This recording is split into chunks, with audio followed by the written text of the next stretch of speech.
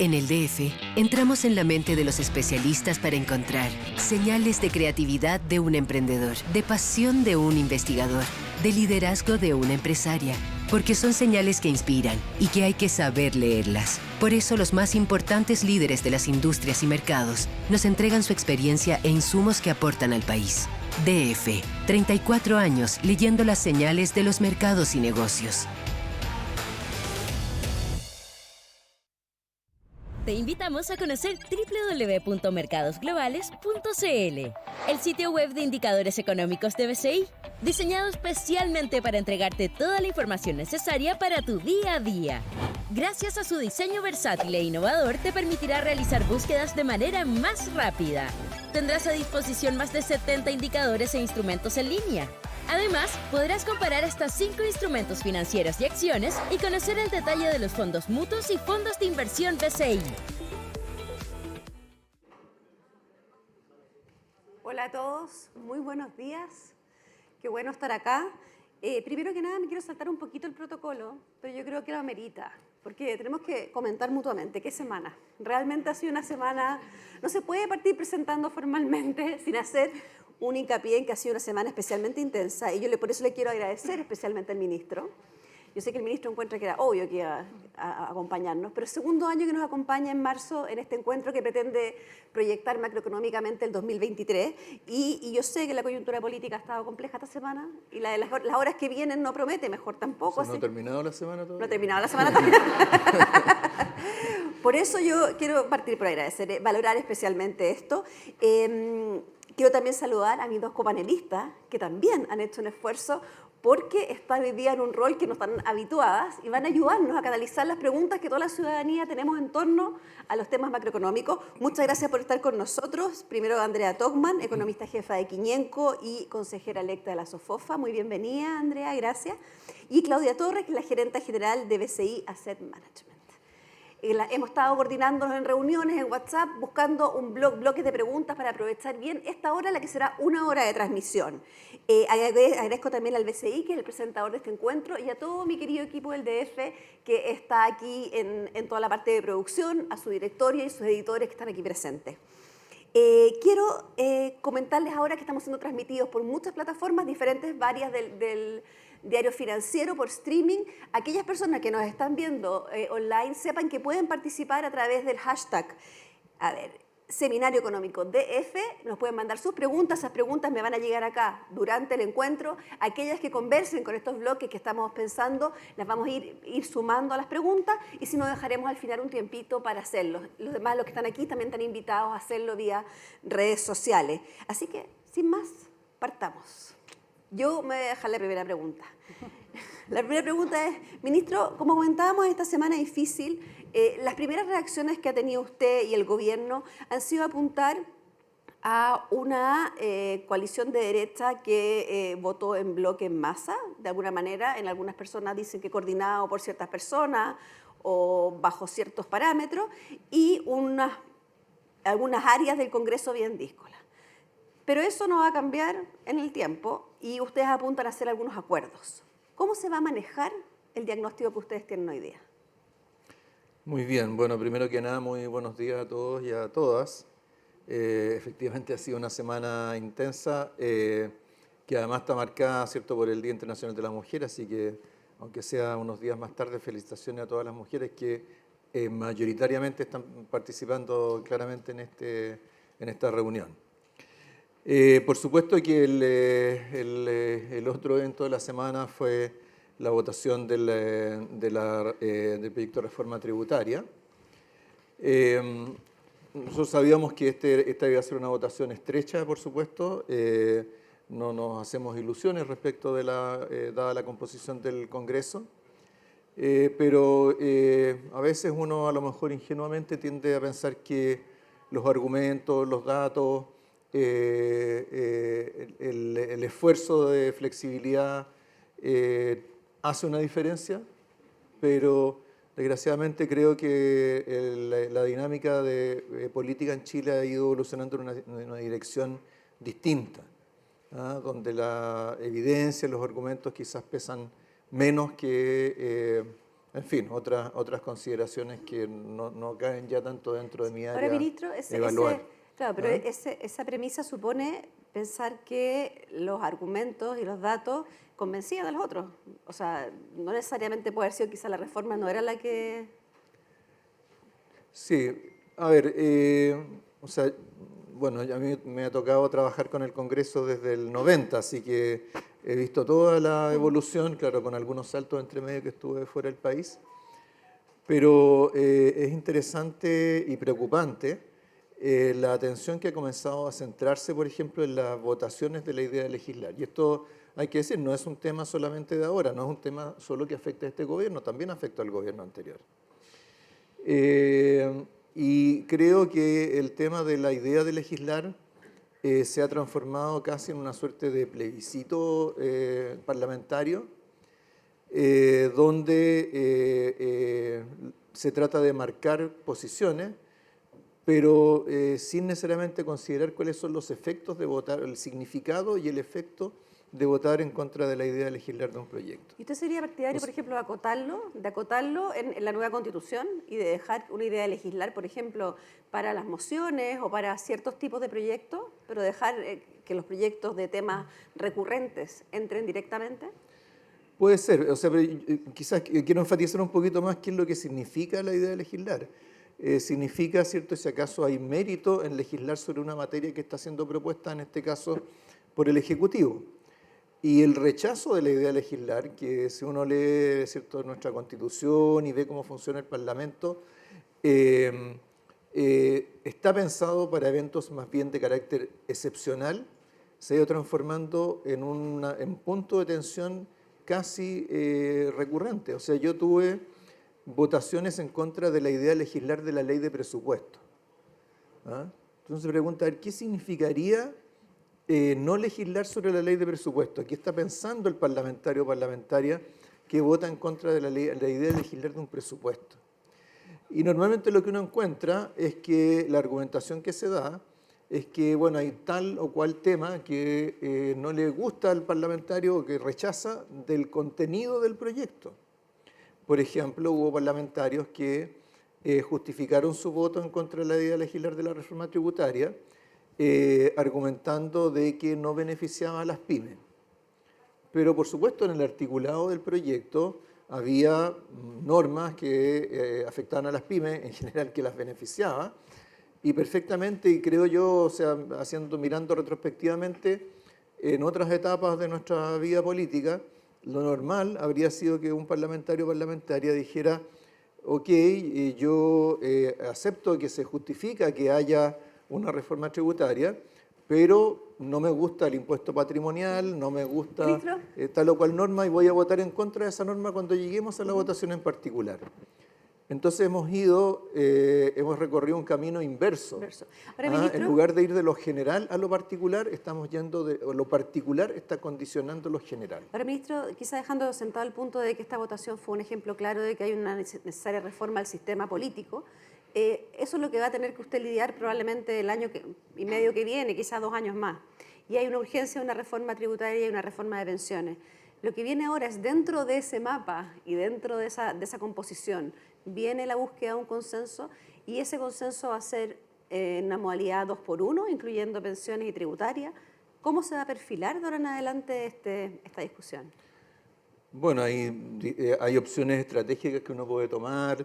nos Obviamente tiene que generar más diálogo, tener flexibilidad en la discusión de un proyecto, pero nosotros lo tuvimos en este caso. Pero tuvimos usted se abre 3 meses de trabajo prelegislativo, 8 meses de trabajo en la Comisión de Hacienda, 90 indicaciones que modificaron el proyecto, en algunos casos temas sustantivos. ¿Ah? Entonces yo creo que aun cuando uno tenga la tendencia natural a irse a las normas constitucionales o cómo se enmarca tal o cual proceso, creo que no debe dar por hecho o no debe dejar de lado lo que es la responsabilidad de cada parlamentario y parlamentaria. Claro, pero eso es inmovilismo, que es justamente lo que el presidente llamó a no dejarse, porque si le ponemos la responsabilidad al otro, y ustedes son el gobierno, ¿de dónde van a venir estas búsquedas de consenso, estos paquetes de políticas públicas? a ver, nosotros tenemos el instinto natural de pensar en grandes acuerdos, ¿cierto? Se habla de grandes acuerdos para, en fin, en este caso para temas fiscales, para temas tributarios, para temas de seguridad, para temas de previsión, de seguridad social, pero tenemos que reconocer que no hemos tenido ningún gran acuerdo en mucho tiempo. Entonces, creo que lo que hay que hacer es tratar de focalizarse en aquello sobre lo cual uno quiere legislar y siempre, ¿cierto?, tratando de ponerse en el lugar del otro, encontrar los espacios de encuentro. Yo quiero decir que, o sea, me ha tocado conversar con muchas contrapartes distintas en el curso de la reforma tributaria, un año completo, ¿cierto?, dedicado a esto. Y yo he encontrado mucha más receptividad, por ejemplo, en los empresarios, en las mismas dirigencias empresariales, frente al tema de la necesidad de aumentar la recaudación para financiar medidas sociales importantes, fortalecer el sistema de protección social. He encontrado mucha más recepción en eso que en el mundo político. Y yo quisiera hacer, yo creo que hay que hacerse una pregunta respecto de nuestro mundo político. Que es que normalmente uno asume, digamos, da como por hecho que los riesgos para, por ejemplo, la disciplina fiscal están en la izquierda, que es la izquierda, ¿cierto?, la que quiere gastar, ¿cierto?, y no le importa el déficit, etc. Pero yo tengo la impresión de que en realidad tendríamos que hacernos la pregunta para el otro lado. O sea, ¿cuánto valora la derecha política la responsabilidad fiscal? Y lo pregunto porque si uno mira una serie de hechos, en realidad se da cuenta de que, de que la respuesta a eso no es tan obvia. Pensemos que en los dos gobiernos de centro derecha que hemos tenido, la deuda pública se incrementó en 56.000 millones de dólares, 20% del producto. Sí, ahora, ministro, bueno, vamos a volver después ¿Ya? a eso. Pero perdón, déjeme completar la idea. El gobierno anterior propuso la creación de la PGU financiando solamente un tercio del costo de la PGU. Y fue la oposición de la época la que presionó para aumentar el financiamiento tributario para la PGU. Luego, en la discusión de la ley de presupuesto para el 2023, la oposición presentó una indicación para aumentar la PGU a 250.000 pesos sin financiamiento. Y luego votó en bloque por la admisibilidad de esa indicación y lo perdió solamente por un voto. ¿Ah? Entonces, siguen ocurriendo cosas. O sea, ¿qué es lo que habría pensado frente a una discusión como la que acabamos de tener? Bueno, lo que hemos dicho muchas veces, gastos permanentes, financiamiento permanente. Hoy día no lo tenemos. Vamos a ver qué es lo que ocurre para adelante. ¿Qué significado tiene, por ejemplo, la libertad de acción que dio Renovación Nacional a sus diputados para votar el sexto retiro? Entonces, yo creo que tenemos que pensar un poco en esto. ¿Ah? Al final, fue un gobierno de centro-izquierda el que creó la regla fiscal que nos ha regido hasta el día de hoy.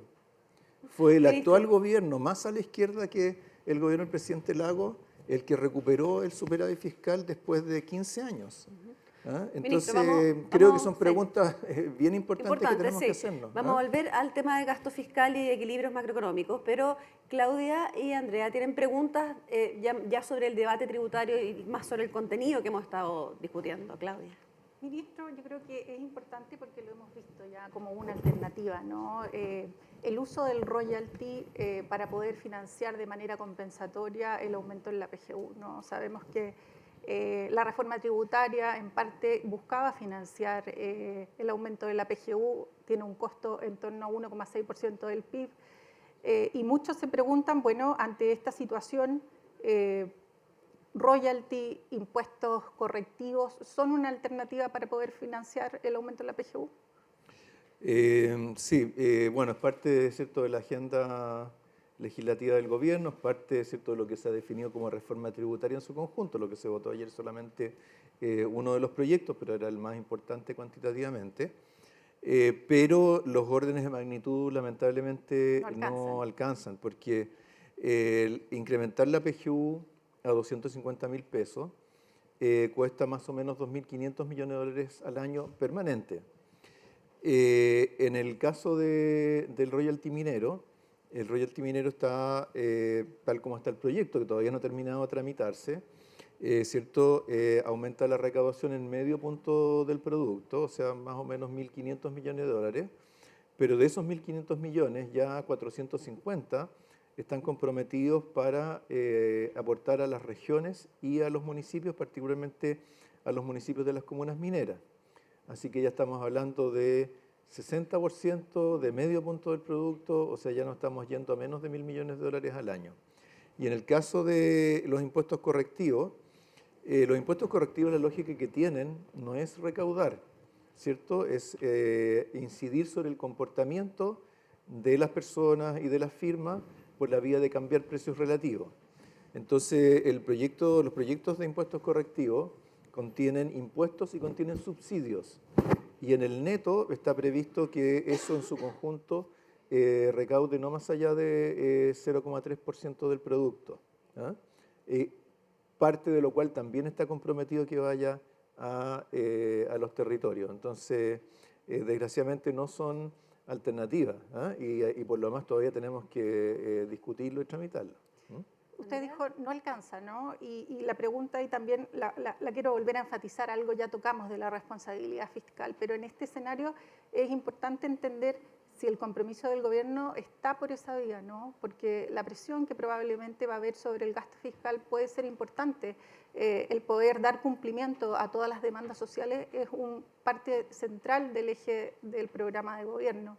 Y lo hemos visto hoy día, algunas clasificadoras de riesgos ya empiezan a poner un poco el foco de atención, sobre todo en nuestra clasificación de riesgos, ¿no? Entonces, la pregunta es, bueno, ¿el compromiso sigue siendo igual? El compromiso sigue siendo el mismo porque para el gobierno del presidente Boric el tema de la disciplina fiscal no es una cuestión de las clasificadoras, no es una cuestión de ortodoxia económica, tiene que ver con una responsabilidad ante la ciudadanía. Y esa responsabilidad es que si hay un gobierno que está impulsando reformas importantes, se tiene que preocupar, si quiere que tengan éxito esas reformas, que le lleguen a la gente, que persistan durante el tiempo suficiente para tener un impacto, tienen que tener un financiamiento permanente, tienen que tener un financiamiento estable. Y la economía tiene que ser estable. O sea, los gobiernos progresistas en el mundo normalmente ¿cierto? Han enfrentado problemas justamente por el lado fiscal o por el lado macroeconómico. Esa es una lección que nosotros aprendimos ya hace muchos años mirando lo que habían sido las transiciones a la democracia en América Latina y sigue siendo válido hoy día. Entonces, de parte del gobierno, ese compromiso con la disciplina fiscal no va a flaquear. Pero tenemos que mirar con atención este tipo de señales como esta que les mencionaba de esta indicación en la ley de presupuesto, porque ¿qué habría pasado si en realidad en lugar de perderse por un voto la admisibilidad se hubiera ganado por un voto? ¿Qué habría ocurrido en nuestra discusión presupuestaria? ¿Qué habrían dicho las clasificadoras de riesgo? Ministro, aprovechando la conversación sobre disciplina fiscal y sumándome a Marilí con agradecerle que haya venido hoy día, es una semana complicada, yo quería partir al revés, felicitarlo. Felicitémoslo porque el primer año después de una década de superávit fiscal es algo que hay que reconocer, una baja de gasto que también se aprobó en el presupuesto del gobierno anterior, pero es una baja de 24% sobre una base alta, pero es un esfuerzo muy significativo. Y por lo tanto eso, y el cambio de la regla fiscal, o sea, creo que hay un cambio significativo bajo su mandato con respecto a ponerle de verdad carne a la responsabilidad fiscal. Dicho eso, también ha repetido usted que gastos permanentes hay que financiarlos con ingresos permanentes y claramente hoy día estamos en un momento medio complejo con respecto a eso. Yo fui ayer, tuve la suerte de ir a un foro de McKinsey que hacen un estudio importante sobre Chile, en un estudio de 85 países encuentran, y es interesante escucharlos porque la transición de los países hacia ¿cómo se llama? Carbono cero, es una transición muy relevante con respecto a varios de esos productos que nosotros en Chile producimos, dentro de esos litio. Y se habló de litio ayer 1500 veces, entonces después tuve que llegar a la casa a leer un poquitito más de litio porque no es mi tema, ¿no es cierto? Pero algo que me llamó mucho la atención sobre el litio, y volviendo a finanzas públicas, es que parte de este aumento o de este superávit fiscal tiene que ver con este aumento significativo de ingresos del litio del año pasado. Esos ingresos que, si fueran permanentes, podrían financiar gran parte de nuestras promesas. De hecho, como la mitad del programa o del proyecto de ley que se discutió, y estando de acuerdo con todo el problema de polarización y un problema político en el cual yo no me voy a meter, ya no tenemos. Entonces, mi pregunta es, primero, desde la responsabilidad fiscal, obviamente, ¿cómo vamos a hacer para darnos cuenta si es que esto es realmente transitorio o es permanente? Porque ya salieron ayer varias voces diciendo, bueno, no importa, gastemos la plata del litio para financiar esto, y eso es muy peligroso. Pero segundo, sobre todo, que esto es endógeno, porque dependiendo de cómo hagamos la estrategia de explotación y exploración del litio, vamos a poder generar esos recursos permanentemente o no. Las últimas semanas estamos escuchando a la ministra hablar de que van a presentar este gran plan, van a presentar a la empresa. Yo sé que es su carril, pero también tiene que ver mucho con crecimiento potencial y recaudación, y por lo tanto ese es su carril. Yo siento que esta polarización que usted describe muy bien tiene que ver también con no ponernos de acuerdo tampoco dentro de su misma coalición con respecto a estas cooperaciones público-privadas. Y tomándome de su misma palabra de que el empresariado ha entendido muchos de estos problemas y hay un problema en la política más que en el empresariado, suena muy difícil esto de que no podamos avanzar en algo que es una ventana que está abierta hoy día, pero que se nos va a cerrar. Australia nos pasó en términos de exportaciones de litio, y estamos a la espera de que se puedan o no modificar los contratos, contratos que en la época de Vitrán se modificaron muy fuertemente con un ingreso muy significativo para las regiones, para las comunidades y para el Estado. Entonces, ¿por qué no empujamos esto en términos de crecimiento potencial y en términos de recaudación? Perdón, larga mi pregunta, pero creo que es súper relevante en términos de pensar, o sea, para irnos un poquitito al core, a la disciplina fiscal y crecimiento a largo plazo. Sí, no, es larga, pero muy buena pregunta, que tiene varias partes. Yo creo que yo voy a partir por algo que mencionaba casi al final, que es el tema del crecimiento potencial. Nosotros estamos acostumbrados a pensar en el crecimiento potencial casi con esas descomposiciones de solo, ¿cierto? Y con temas de productividad que solo dependen de las regulaciones. Pero la verdad es que el crecimiento potencial de un país depende de muchas más cosas y en realidad cuando medimos productividad total de factores, en realidad lo que estamos haciendo es calcular un residuo que suponemos al cual le damos el nombre de productividad, pero en el fondo es todo aquello que no podemos medir directamente como aumento de capital o aumento de trabajo. Entonces, lo que está pasando hoy día en Chile es que justamente como producto de todo este cambio que se está produciendo en la economía mundial, mientras para algunos países eso representa un gran esfuerzo y probablemente un gran costo, para nosotros es un beneficio potencial muy importante. Por el cobre, por el litio, por las energías renovables, por el hidrógeno verde. O sea, nosotros podemos ser un país que puede levantar su potencial de crecimiento en una economía que va adquiriendo estas características. Ahora, es un puede. Hay muchas cosas que tenemos que hacer para que efectivamente eso se materialice. Perdón, solo el estudio de caso de McKinsey de ayer mostraba que éramos el único país dentro de los 85 que esto era neto positivo para la economía. O sea, el potencial es enorme. Así es. Ahora, el litio, por otro lado, el litio como fuente de ingresos fiscales tiene la dificultad de que es difícil anticipar hoy, ¿cierto?, cuán permanente va a ser esos mayores ingresos. El Consejo Fiscal Autónomo ha planteado, ¿cierto?, ha planteado la pregunta. Nosotros hemos estado trabajando en eso. Tuvimos en años pasados una situación similar a una escala distinta con el molibdeno, ¿cierto?, cuando tuvo un salto grande a comienzos de los 2000. Estamos trabajando en esa fórmula, pero creo que para todos los efectos prácticos, creo que no podemos suponer que este salto en los ingresos del litio va a ser algo lo cual podemos contar de manera permanente para financiar gastos más o menos de esas magnitudes. tenemos que encontrar una manera de determinar cuánto de eso podemos incorporar como ingresos permanentes. Ahora, cuando eso ocurre, también tenemos que pensar que hay algunas cosas que nos hacen perder ingresos permanentes, así que hay que, excepto balancear ahí la suma y la resta. Ahora, en términos de la política, puedo decirle anecdóticamente que en el camino para acá me vine leyendo el borrador del documento de Política Nacional del Litio, así que lo que señala la ministra efectivamente es algo que va a ocurrir, que está dándosele los últimos detalles. ¿Ministro, plazos ¿sí? tiene algún tipo de plazo? Este mes. Este mes. Este mes. Eso va a involucrar una cooperación público-privada. ¿Ah? Público-privada tanto para efectos del desarrollo de la industria como para la distribución, ¿cierto?, de sus rentas. ¿Incluye, ministro, la idea efectivamente de la Empresa Nacional del Litio? La Empresa Nacional del Litio es un tema que está en el programa del gobierno, ¿sí?, y sigue estando presente. Ahora, el programa de gobierno, si ustedes lo leen bien, cuando habla de la Empresa Nacional del Litio, nunca habló de un monopolio del litio, un monopolio estatal del litio ejercido por la Empresa Nacional del Litio.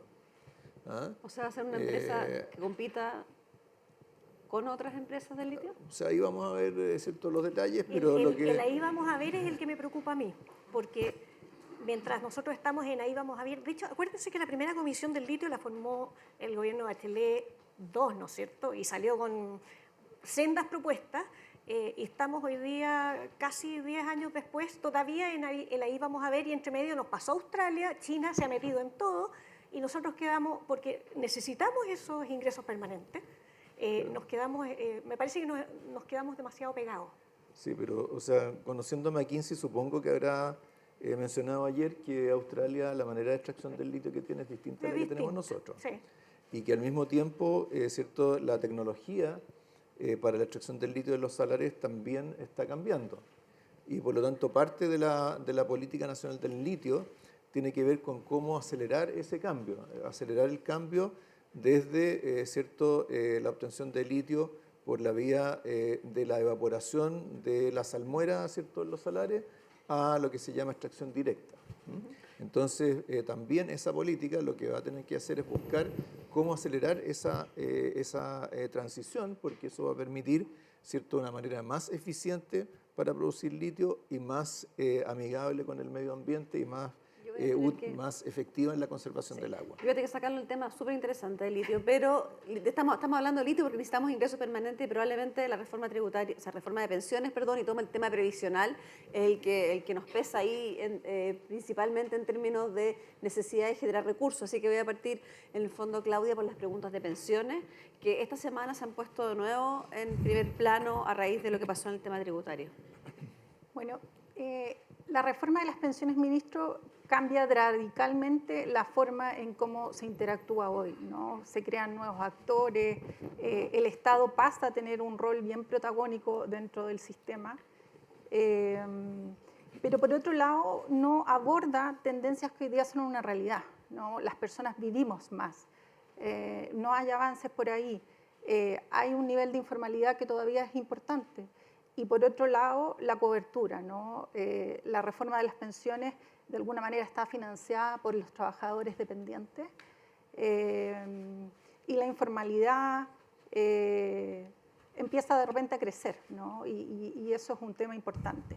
Entonces, ¿por qué si por un lado la reforma es tan ambiciosa no toma en cuenta estas variables que son hoy día, como decíamos, un hecho cierto? Sí. Mire, voy a partir por el tema de la informalidad porque desgraciadamente el tema de la cotización, el ahorro de los independientes ha sido el tema más olvidado en todas las discusiones de reforma tributaria que hemos tenido en los últimos años. Fue un tema bien destacado en la comisión que yo presidí, donde se hicieron una serie de propuestas, pero desgraciadamente muchas de ellas no se consideraron y luego desapareció completamente. O sea, las propuestas de reforma previsional de los gobiernos de la presidenta Bachelet y del presidente Piñera no había nada sobre informalidad. Ahora, una aclaración sí antes de pasar a eso, que es que en Chile no está aumentando la informalidad. En este momento la informalidad en realidad está disminuyendo, lo hace muy gradualmente, ¿cierto? Pero si miramos las cifras del INE, el INE habla, ¿cierto?, de un 27, y tanto por ciento de informalidad que está por debajo del 30% que teníamos hace unos años. Por supuesto, una caída que es muy moderada y no necesariamente marca ninguna tendencia, ¿eh? Pero esta idea de que está aumentando y aumentando la informalidad no es correcta. Ahora, para hacerse cargo del tema de la informalidad, hay que tener claro que la informalidad no se acaba por decreto, ¿cierto? No basta, si hubiera una ley que dijera se prohíbe la informalidad, estaríamos al otro lado, pero desgraciadamente no existe. Entonces hay varias maneras de hacerlo. Hay básicamente dos maneras de lograrlo. Uno es a través de incentivos a la formalización o mecanismos que faciliten la formalización. Y otro es a través de lo que hoy día llamamos economía del comportamiento, ¿cierto?, que ya ha generado 2 premios Nobel en los últimos años. Los economistas normalmente tendemos a pensar desde la racionalidad económica, entonces nos tendemos a concentrar mucho en los incentivos, pero poco en los segundos. En cuanto a pero ¿qué cosas desde la economía del comportamiento pueden incidir sobre la informalidad? Bueno, por ejemplo, facilitar, ¿cierto?, la formalización de empresas. En el proyecto de reforma tributaria había varias medidas sobre esto, ¿eh? Entre otras, ¿cierto?, había una norma en la cual para nuevas empresas, constituidas, ¿cierto?, tributariamente como empresa, iban a tener, ¿cierto?, no iban a pagar IVA durante los primeros 6 meses de funcionamiento, iban a reducir el pago de IVA se reducir en 50% los siguientes 6 meses y 25% en el resto hasta completar 2 años. Eso no se aprobó porque se rechazó la idea de legislar. En el proyecto de reforma previsional está contemplado la posibilidad de que los trabajadores independientes puedan cotizar a través de un mecanismo simplificado. Pensemos que hoy día para que un trabajador independiente pueda cotizar voluntariamente, ¿cierto?, lo que tiene que hacer es que tiene que llenar, ¿cierto?, un formulario, tiene que declarar una renta, tiene que calcularle el 10%, tiene que aplicarle la comisión y sobre la base de eso cotiza. Además, ¿cierto?, como hay un tope de renta imponible, entonces si es una persona que es informal pero sus ingresos fluctúan mucho de un mes a otro, aun cuando quiera cotizar mes a mes, a lo mejor va a haber varios meses en que se va a topar con el límite de renta imponible y no va a imponer por la diferencia. Entonces, ¿qué es lo que se está proponiendo en el proyecto de reforma previsional? Que un trabajador independiente pueda pactar un depósito fijo en pesos en su cuenta de capitalización a través de un descuento automático de su cuenta bancaria. Hoy día, ¿cierto?, como sabemos, ¿cierto?, el uso de las cuentas bancarias a través de la cuenta RUT se ha expandido sustancialmente. Para todos los efectos prácticos, todo el mundo tiene cuentas bancarias, 14 millones de cuentas RUT. Entonces, creo que tenemos que pensar más en ese tipo de mecanismos. Ministro, puede ser ese, puede ser otro, pero, la edad de jubilación. pero perdón, simplemente para completar la idea, parte de, ¿cierto?, lo que viene de economía del comportamiento es que uno pacte de antemano las cosas, ¿ah? De tal manera de que una vez que tomó esa decisión ya no tenga que estar pensando todos los meses, ¿ah? Entonces también es algo que es parte de esa propuesta.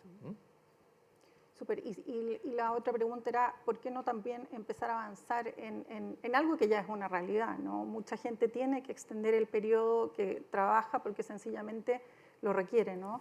¿Y por qué no ir avanzando también en esa línea de manera gradual? Un poco de manera de darle sostenibilidad también a este sistema, ¿no? Perdón, no entendí. Aumentar la edad de jubilación.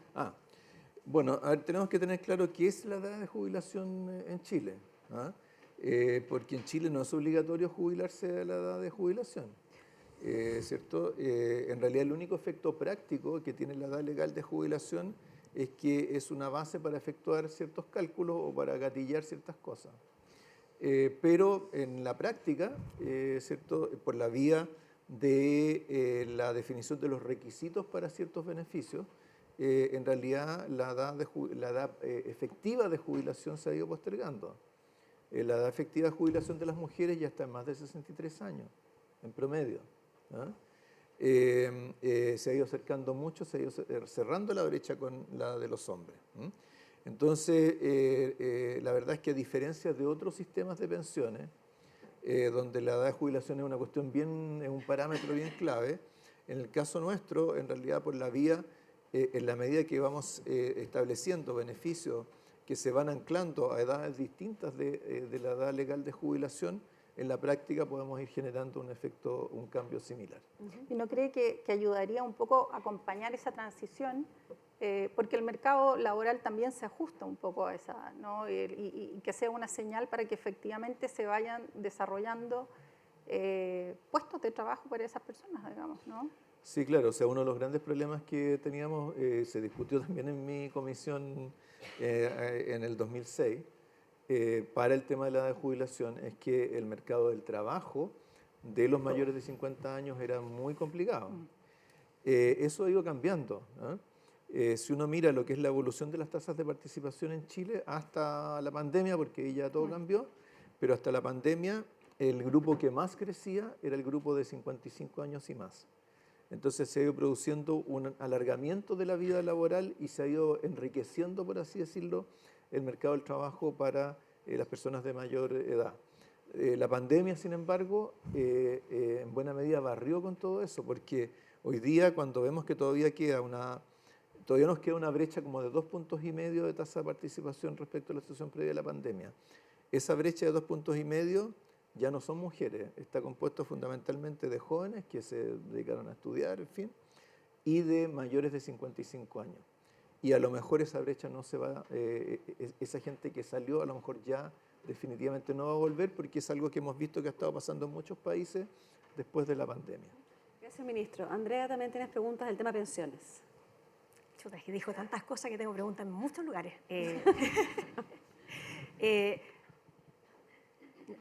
No puedo dejar de preguntar, ¿subsidio al empleo de más de 55 años existe algo, pero se puede reforzar? Me imagino que por ahí también hay partes de las balas que uno va pensando, porque obviamente, como decía Claudia, el mercado laboral es espejo del mercado de pensiones, entonces por ahí. Pero la pregunta, o sea, esa se la dejo, pero yo quería, nos ha enseñado usted y todos los que han hecho políticas públicas que las políticas públicas son dinámicas y sobre todo un sistema de seguridad social es dinámico. Habló recién de la comisión del 2006, que fue súper significativa en introducir solidaridad en ese momento con el pilar solidario. Y después de eso han habido muchos cambios, incluyendo el del año antepasado de la PGU, que yo creo que es sustantivo. Han habido cambios también en la organización industrial para tratar de generar competencia, porque sabemos que hay hartas dificultades, ¿no es cierto?, que no nos cambiamos de FP porque la información es, etcétera, no me quiero ahondar. Ahí metimos licitaciones, hemos hecho un esfuerzo de que las inversiones cundan con los multifondos, etcétera. Entonces, hay dos preguntas. Una es que como que pareciera en el discurso público que se trata de minimizar eso. No, este es un sistema que no es solidario y entonces tenemos que cambiarlo. Me gustaría a mí, con más honestidad, escucharlos decir, oye, este sistema se ha modificado y tiene que seguir modificándose, porque así son las políticas públicas. Lo segundo es que donde se propone la modificación, me parece que es donde no aprieta el zapato. Todo el cambio en la organización industrial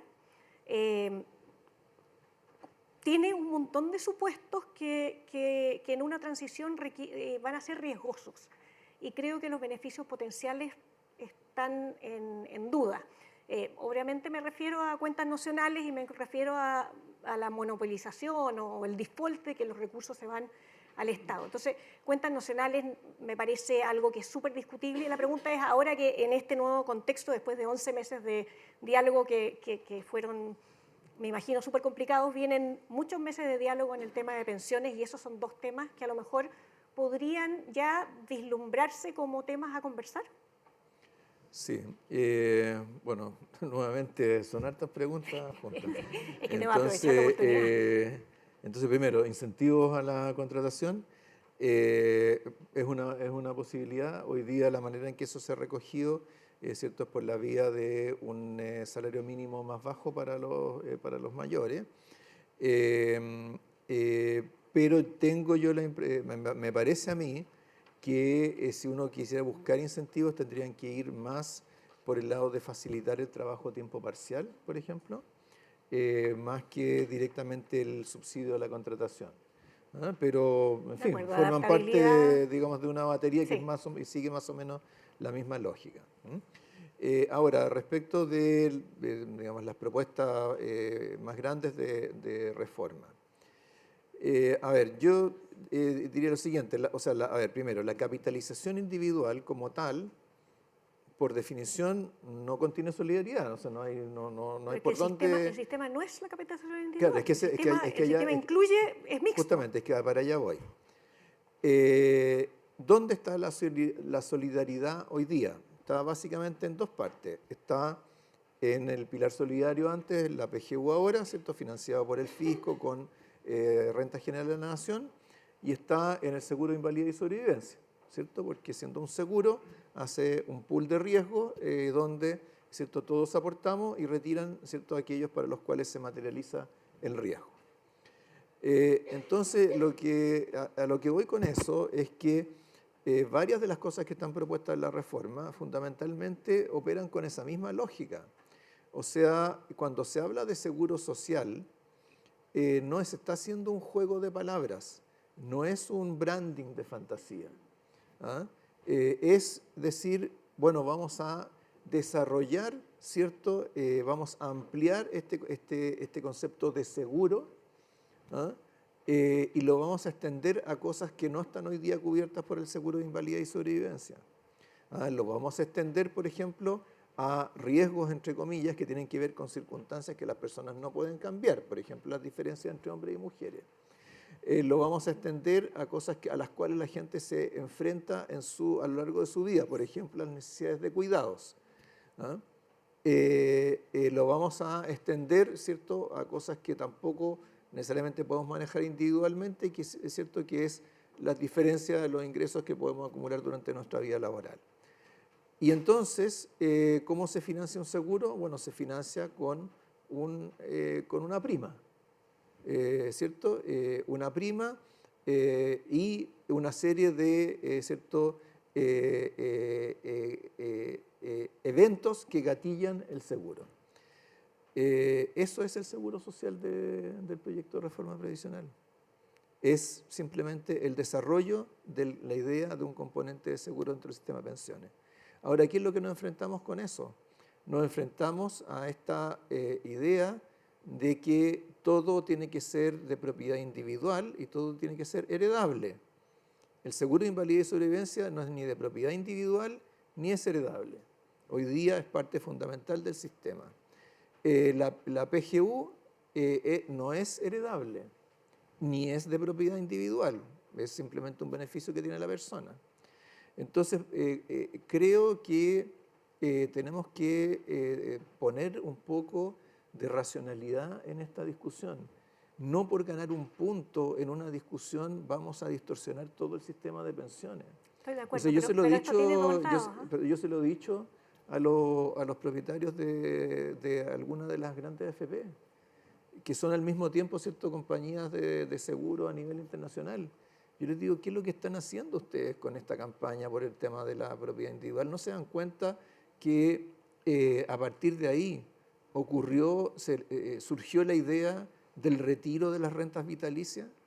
¿Acaso no es de ahí de donde viene? ¿No es de la gente que dice, no, pero si esa es mi plata, entonces yo la quiero retirar? Pero eso no es un seguro. ¿Ah? Entonces, creo que tenemos que poner un poco de racionalidad en esta discusión, y en la medida que ponemos racionalidad vamos a poder resolver muchas cosas. El tema del default del administrador estatal es un tema totalmente conversable, no es un tema esencial del proyecto de reforma. ¿Ah? ¿Quién dijo que es un tema esencial? Nosotros no hemos trazado líneas rojas en nuestro proyecto.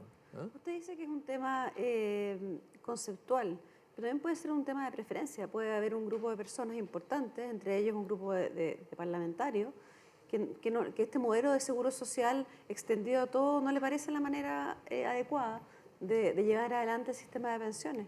Entonces, en la negociación son choques de dos modelos, básicamente. ¿Eso es? O sea, yo creo que la lógica de la propiedad individual es lo que está detrás de los retiros de fondos de pensiones y creo que erosiona el concepto mismo de sistema de pensiones.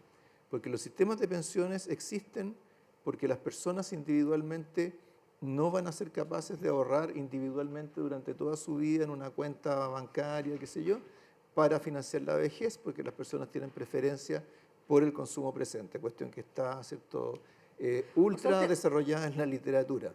Esa es la razón de existir de todos los sistemas de pensiones en el mundo. ¿Usted cree que tras la puerta abierta del retiro no hay ninguna posibilidad de pensar en mantener un sistema de capitalización individual? Por el hecho de que en el fondo hubo retiros en algún minuto, varios sucesivos, ¿eso ya no se podría hacer? O sea, lo que voy es que la exacerbación del concepto de propiedad individual llevó a los retiros de fondos de pensiones. Porque es cosa de preguntarle a la gente. La gente dice, no, pero si es mi plata, ¿por qué no me dejan usarla ahora? Eso es lo que dice la gente respecto a los Pero el retiros. argumento previo era que esa plata no estaba, por eso había que hacerla desaparecer, porque las FP se la estaban llevando, porque había una razón distinta. Yo creo que es más bien político el tema de cuánto se demoraron o no se demoraron en llegar con los recursos a las familias que los necesitaban. Pero veo perdona Marily, pero veo un problema de relato, porque es un relato que es muy polarizador. Es como decirle, oye, no, es que ustedes que creen en la capitalización individual de verdad están equivocados, porque, y como yo digo, este es un sistema que es mixto, y todos estamos de acuerdo con las partes de solidaridad, como acaba usted de decir, que están en el SIS y que están en que hay una base con respecto al pilar solidario, que no se les acaba la plata con el retiro programado, etcétera. Entonces, creo que por los dos lados nos falta sincerar que sí es un sistema que es mixto, que sí requerimos en seguridad social mayores resguardos para todos estos problemas que usted acaba de denunciar, pero me parece que se está poniendo también en un extremo al culpar entre comillas, el culto a la capitalización individual. Sí, o sea, a ver, este sistema es mixto y la propuesta del gobierno es un sistema mixto. Un sistema más mixto que el anterior. Sí, pero que suena hecho, como que esto es una gran transformación y que se acaba todo. No, es otra dinámica de modificaciones. La propuesta del gobierno tiene muchos elementos de continuidad. La eso es lo que yo capitalización resaltaría. individual no solo no desaparece, la capitalización individual se fortalece en la propuesta del gobierno. Sí, ¿no? Y por eso digo yo, el relato me parece que está como polarizándose cuando de verdad lo que uno tiene que decir es esto es mejorar lo que ya tenemos. Claro, o sea, hay discursos políticos que comienzan a estructurarse en torno a esto, ¿cierto? Que muchas veces no ayudan a una discusión pragmática como la que uno quisiera.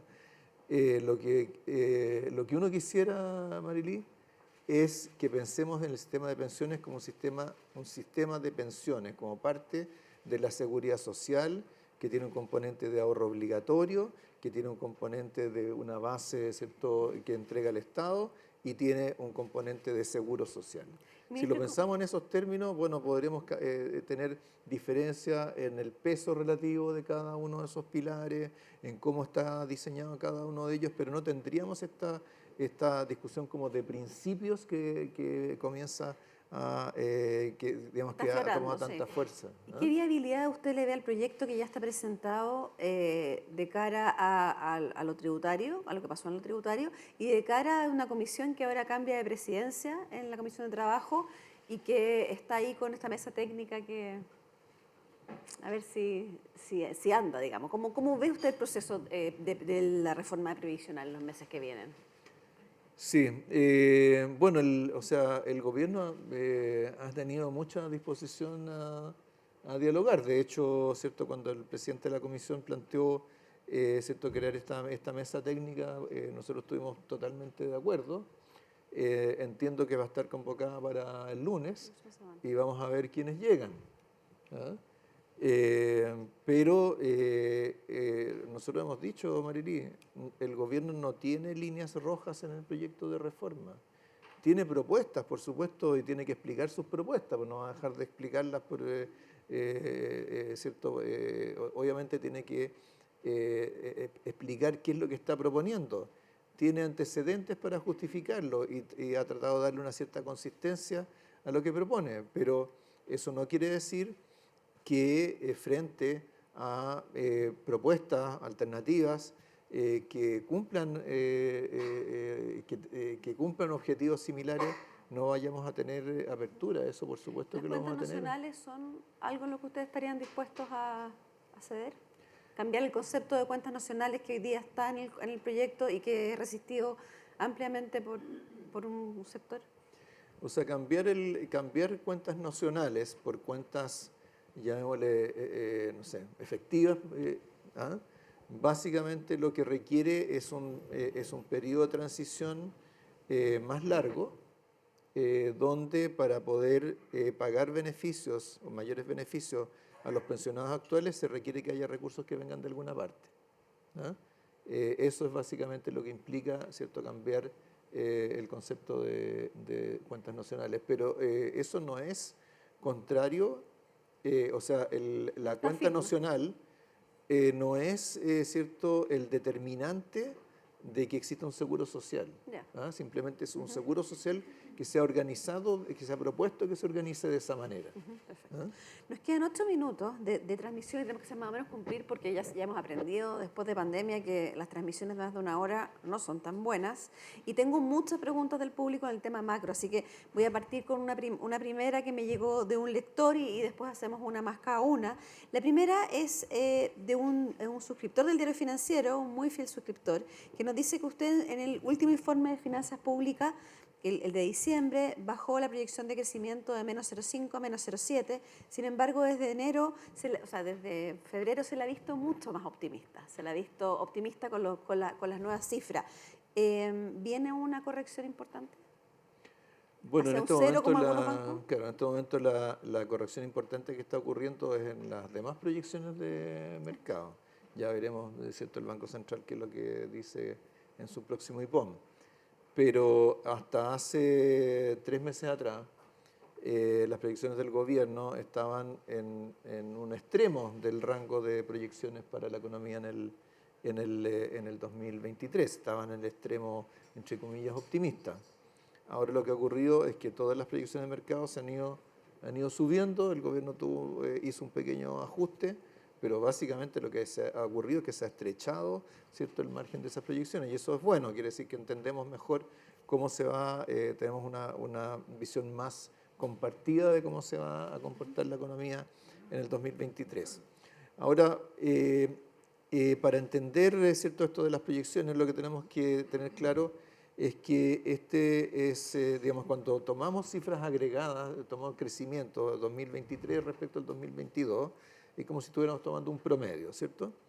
Pero ese promedio está compuesto de una trayectoria al interior del año que puede ser muy distinta. Entonces, por ejemplo, si uno parte el año de muy arriba, pero tiene caídas de actividad todos los trimestres, puede ser que termine igual con un crecimiento positivo porque partió de muy arriba.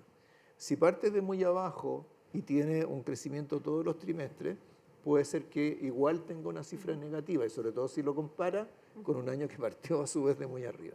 Ese es lo que es como tricky de estas cifras de crecimiento del 2023. Entonces, ¿qué es lo que hacen las diferencias en las cifras de crecimiento para el 2023? Primero, si el primer trimestre del año va a ser un trimestre de caída de la actividad, de aumento de la actividad o de actividad estable, porque eso nos mueve toda la base para el resto del año.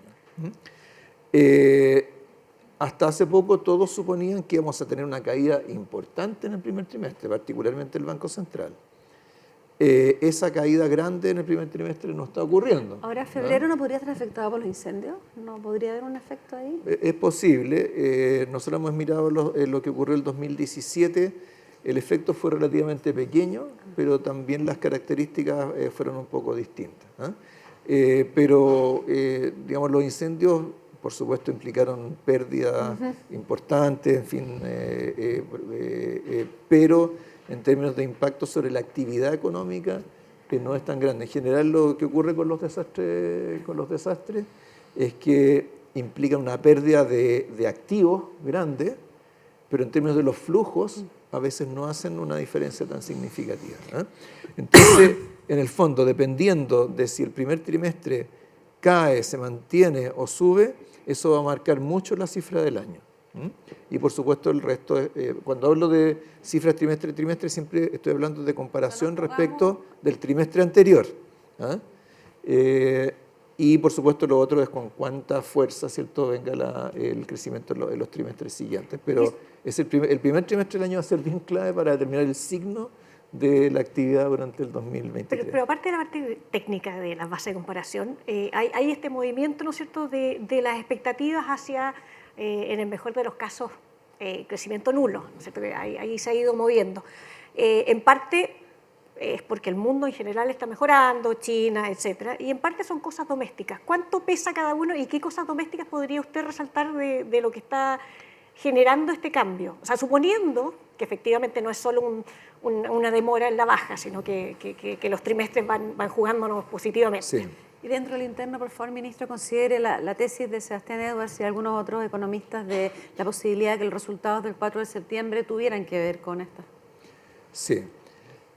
A ver, primero, ¿cierto? Si uno ve lo que ocurrió durante el 2022, ¿cierto? Lo que encuentra es que, bueno, primero si mira el PIB no minero, el PIB no minero va a crecer más o menos como 3,5% en el 2022. Las proyecciones que había por ahí por abril del año pasado era 1,5 puntos, o sea, son prácticamente 2 puntos de diferencia de crecimiento del PIB no minero en el 2022. Eso ocurrió porque la demanda interna cayó menos de lo que se preveía. El consumo cayó, sin duda, pero cayó menos de lo esperado, cayó más en el consumo durable que en otros componentes del consumo, y la inversión creció en lugar de decrecer como se anticipaba. Entonces, para adelante ese es un tema importante. Ahora, esas cosas pasaron antes del plebiscito de septiembre. O sea, la inversión sorprendió al alza ya en el tercer trimestre del año. Obviamente el efecto del plebiscito no fue instantáneo, o sea, después del 4 de septiembre no ocurrió que de repente se empezaron a construir edificios. En lo que sí afecta, ¿cierto?, los fenómenos políticos es en los indicadores financieros, por el componente de incertidumbre, ¿cierto?, que muchos precios financieros tienen. También ahí la historia no es tan nítida respecto del plebiscito, pero yo creo que no cabe duda que contribuyó positivamente. Lo que hemos tenido es que, digamos, toda la segunda mitad del año pasado fue bastante positiva. O sea, si uno mira las mediciones directas de incertidumbre, cayeron de manera muy significativa durante todo el segundo semestre del año pasado. Eso significó, ¿cierto?, que pasáramos de tener un dólar a 1.050 pesos a tener, como estamos hoy día, en torno a los 800 pesos.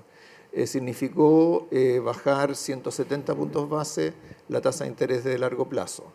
Significó recuperación de la bolsa. Todas esas cosas van, por supuesto, también incidiendo sobre la actividad. Ahora, si uno busca los hitos en los cuales se produjeron esos cambios, sí, el plebiscito fue uno, también lo fue, ¿cierto?, los resultados fiscales, cuando se conocieron los resultados fiscales del año pasado, cuando se vio lo que iba a ser el resultado de la política fiscal.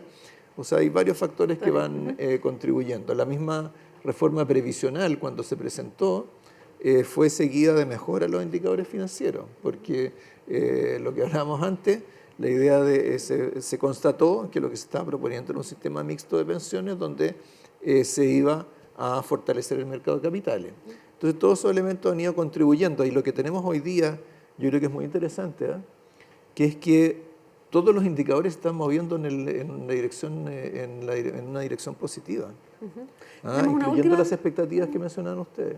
Tenemos una última pregunta macro y tenemos que empezar a cerrar. Sí, Cortito. Ministro, yo preguntarle por el mercado laboral, ¿no? Porque hablábamos que en esto probablemente va a ser clave la participación que es un poco la fuerza laboral que tiene el país, ha ido aumentando, pero no está en los niveles previos a la pandemia, todavía no llegamos ahí.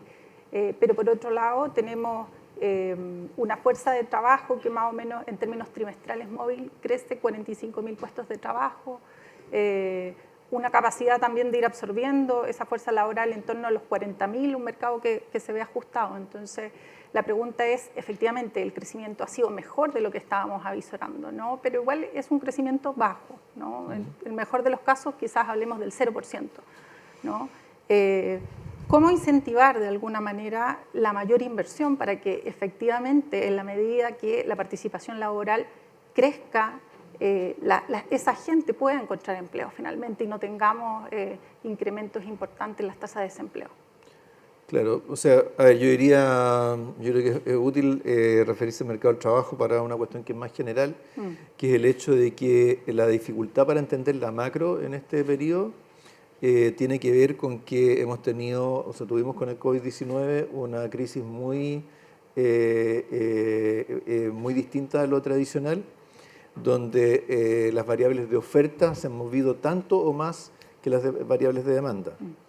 Entonces, eso hace que no sea fácil entender la dinámica de la actividad, los precios, los indicadores financieros, etc.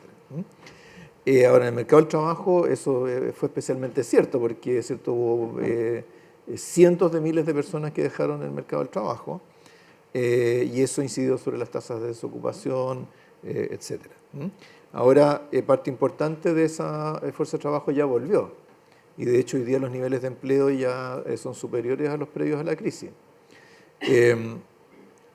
Pero lo que resta de tasa de participación es dudoso si va a terminar de devolverse completamente, porque está concentrado, como comentamos antes, en personas de mayor edad.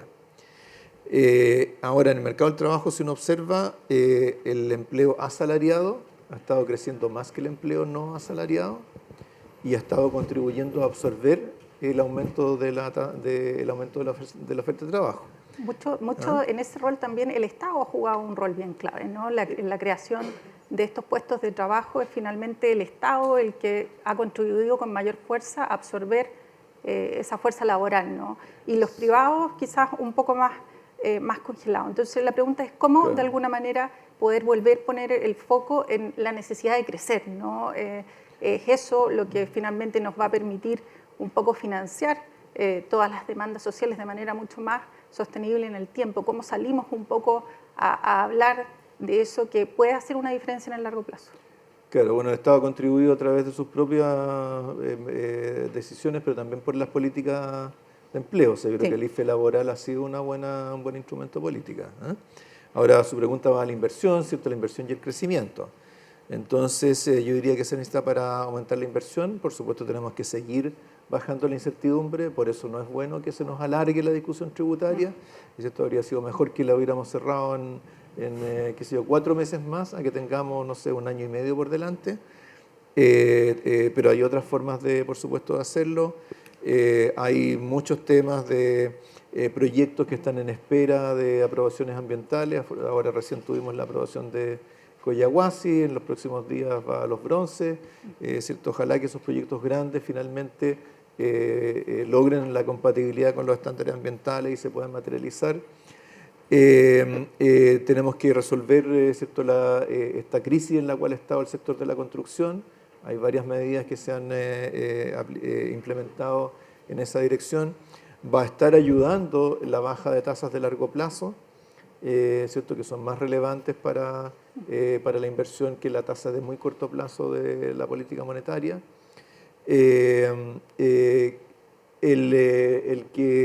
Para aprovechar estas oportunidades de nuevas industrias, litio, hidrógeno verde, etcétera, se vayan resolviendo cuellos de botella que existen.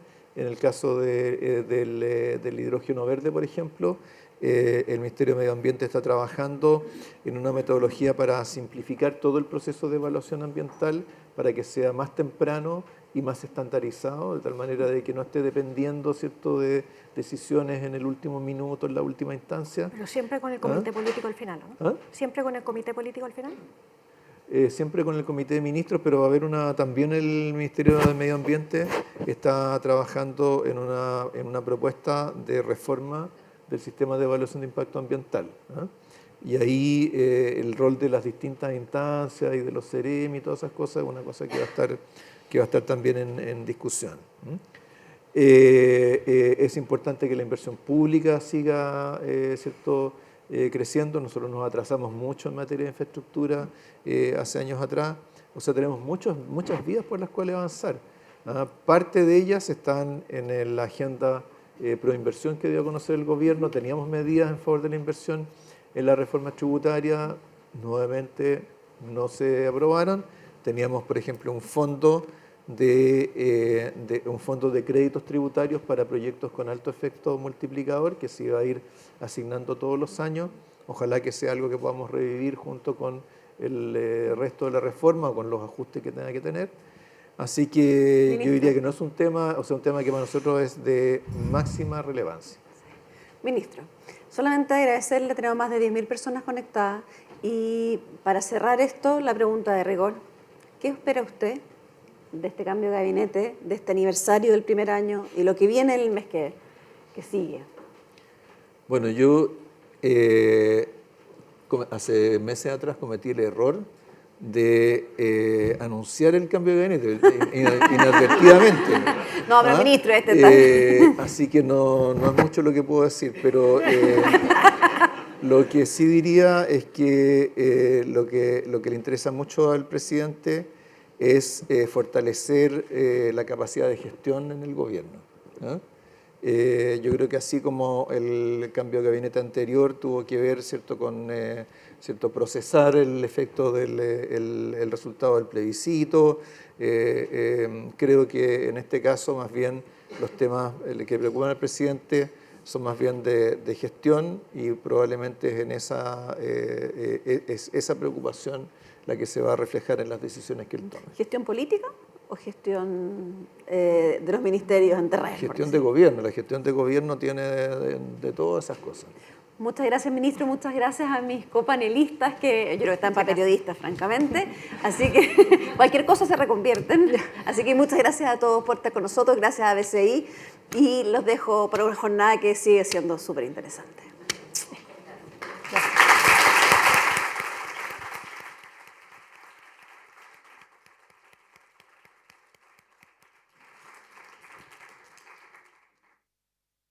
Te invitamos a conocer www.mercadosglobales.cl, el sitio web de indicadores económicos de BCI, diseñado especialmente para entregarte toda la información necesaria para tu día a día.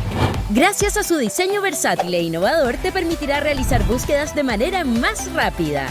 Tendrás a disposición más de 70 indicadores e instrumentos en línea. Además, podrás comparar hasta 5 instrumentos financieros y acciones y conocer el detalle de los fondos mutuos y fondos de inversión BCI. En el DF, entramos en la mente de los especialistas para encontrar señales de creatividad de un emprendedor, de pasión de un investigador, de liderazgo de una empresaria, porque son señales que inspiran y que hay que saber leerlas. Por eso los más importantes líderes de las industrias y mercados nos entregan su experiencia e insumos que aportan al país. DF, 34 años leyendo las señales de los mercados y negocios.